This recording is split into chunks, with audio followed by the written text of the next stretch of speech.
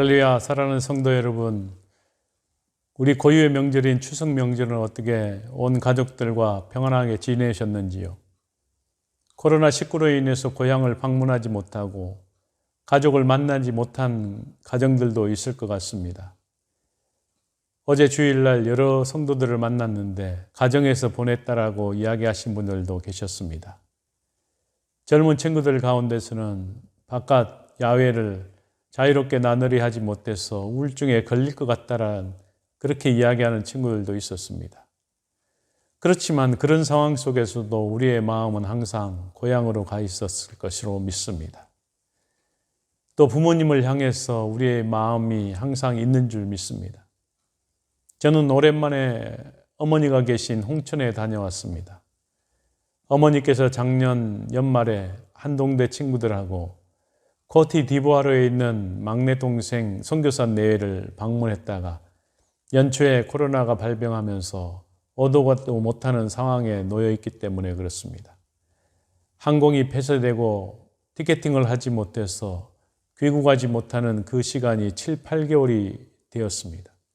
겨우 하늘문이 열리고 항공편이 생겨서 돌아오신 지가 얼마 되지 않았기 때문에 그 얼굴을 찾아뵙는 것이 참으로 중요했습니다. 오랜 동안 뵙지 못했다가 뵙게 되어서 참으로 위안이 되었고 위로가 되었습니다. 어머니 역시 그 얼굴에 평안함이 있어서 참으로 다행스럽다 생각했습니다. 그런 와중에서도 우리가 절대 놓지 말아야 할 것이 몇 가지가 있습니다. 그 첫 번째가 하나님 앞에 간구하는 심령입니다. 하나님 앞에 기도하는 심령입니다. 우리의 삶을 하나님께 의탁하고 우리의 삶을 하나님께 의지하는 기도의 간구의 소리를 들으시는 그 하나님께 날마다 간구하는 심령이 우리가 놓지 말아야 할 심령인 것입니다. 두 번째로는 하나님이신 하나님의 말씀을 우리가 매일 묵상하는 것입니다. 말씀을 묵상하고 하나님께서 말씀하신 음성에 귀 기울이고 그 말씀 따라 순종함으로 하나님의 뜻을 이루어내고 하나님께는 영광이고 나에게는 큰 기쁨과 감사가 차고 넘치는 매일의 삶이 되어야 할 줄 믿습니다. 그래서 연휴 기간임에도 불구하고 매일 말씀 묵상을 통해서 하나님의 뜻을 구하고 하나님의 인도하심을 구하는 것이 먼저 믿는 그리스도인이 해야 할 사명이라고 볼 수 있을 것입니다. 금주에도 역시 우리가 묵상했던 시편의 말씀을 묵상합니다. 오늘은 시편 15편의 말씀입니다. 제가 먼저 읽어드리도록 하겠습니다. 여호와여, 주의 장막에 머물 자 누구오며 주의 성산에 사는 자 누구오니까? 정직하게 행하며 공의를 실천하며 그의 마음에 진실을 말하며 그의 혀로 남을 허물하지 아니하고 그의 이웃에게 악을 행하지 아니하며 그의 이웃을 비방하지 아니하며 그의 눈은 망령된 자를 멸시하며 여호와를 두려워하는 자들을 존대하며 그의 마음에 서운한 것을 해로울지라도 변하지 아니하며 이자를 받으려고 돈을 꾸어주지 아니하며 뇌물을 받고 무지한 자를 해하지 아니하는 자이니 이런 일을 행하는 자는 영원히 흔들리지 아니하리이다. 아멘. 시편 15편은 다윗이 지은 시로서 지혜의 성격을 띠고 있습니다.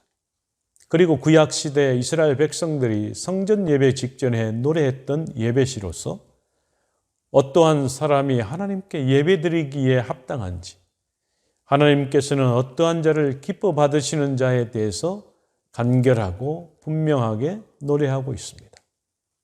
한마디로 말하면 누가 하나님의 집에 거할 수 있을까? 여호와여, 주의 거룩한 장막에 살 자 누구입니까? 주님의 거룩한 산에 살 자 누구입니까? 라고 기도하고 있습니다. 주님과 거할 자의 자격을 묻는 질문을 1절에서 이야기하고 있습니다. 그리고 실천적 측면과 주와 함께 거할 자의 자격을 10가지로 제시하는 2절에서 5절 전반부에서 말씀하고 있습니다. 마지막으로 자격을 갖춘 자의 영원한 안전을 선언하는 5절 후반부에서 자세하게 말씀해 주고 있습니다. 주와 함께 거할 자의 10가지 자격은 그 구성상 적극적인 측면의 조건과 나머지 5가지 소극적인 측면의 조건으로 나누어 볼 수 있습니다. 이런 구조는 십계명의 구조와 유사성을 지니고 있다고 평가할 수 있을 것입니다. 더욱이 다윗은 모두 4절에 걸쳐서 10가지 자격을 열거하면서 평행대꾸법을 사용하고 있습니다. 2절에서 적극적인 측면의 자격 3가지와 3절에서 소극적인 측면의 자격 3가지, 4절에서 적극적인 측면의 2가지, 5절에서 소극적인 측면의 자격 2가지를 열거하고 있습니다.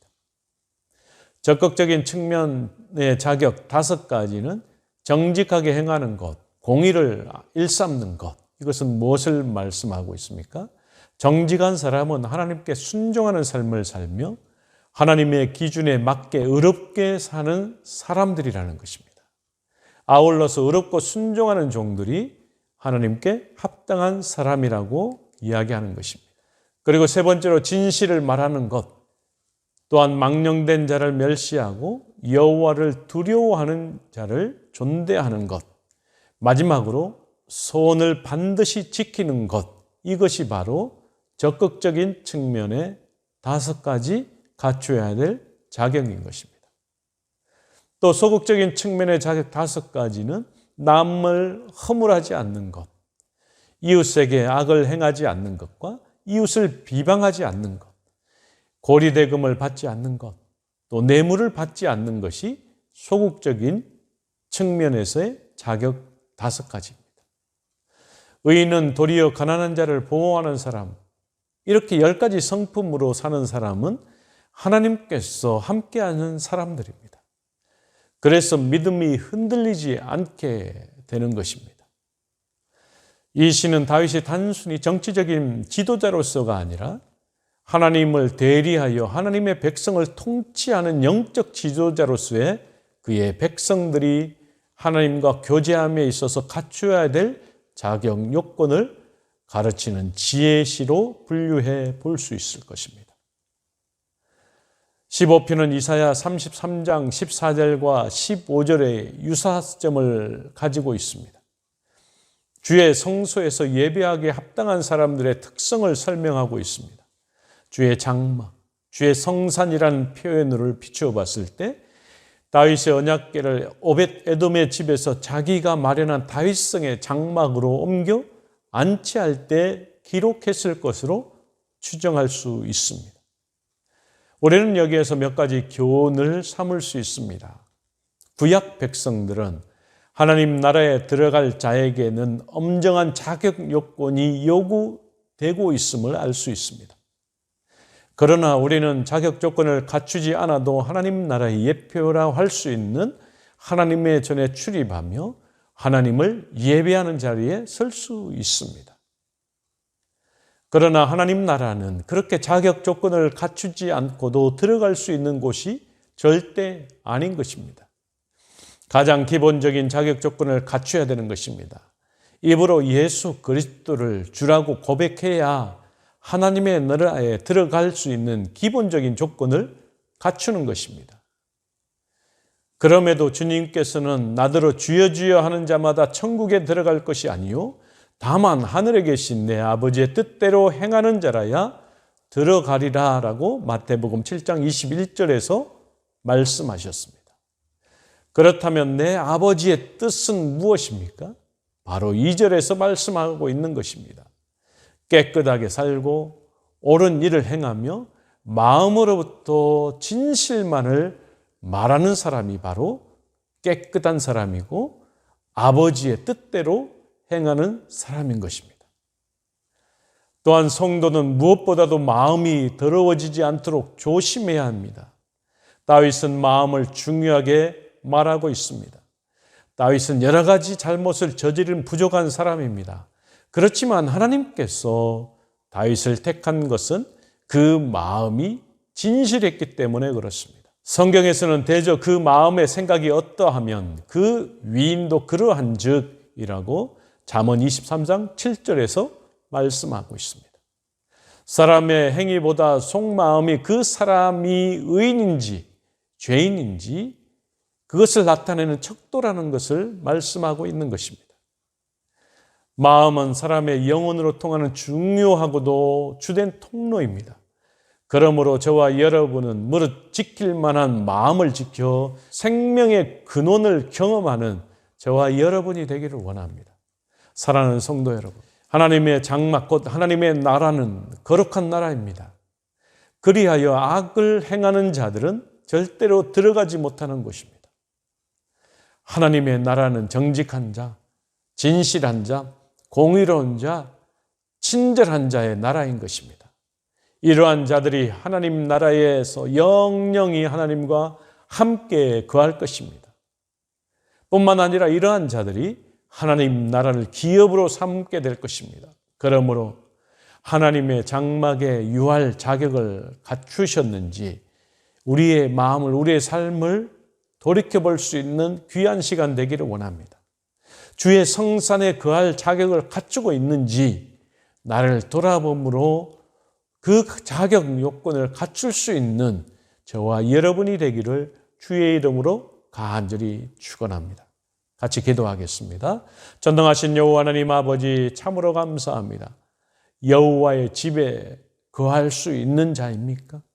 여호와의 성산에 거할 수 있는 자인지 나 자신을 돌이켜 돌아볼 수 있는 귀한 시간 될 수 있도록 인도하여 주옵소서. 하나님 앞에 정직한 자가 되게 하시고 진실한 자가 되게 하시고 옳은 것을 분별할 수 있는 분별력을 가질 수 있는 자가 되게 도와 주옵소서. 뿐만 아니라 공의로운 것을 공의롭다 말할 수 있는 능력을 소유한 자들이 될 수 있도록 주여 축복하여 주옵소서. 오늘 한날 주님의 손에 의탁합니다. 예수님의 이름으로 간절히 기도하옵나이다. 아멘.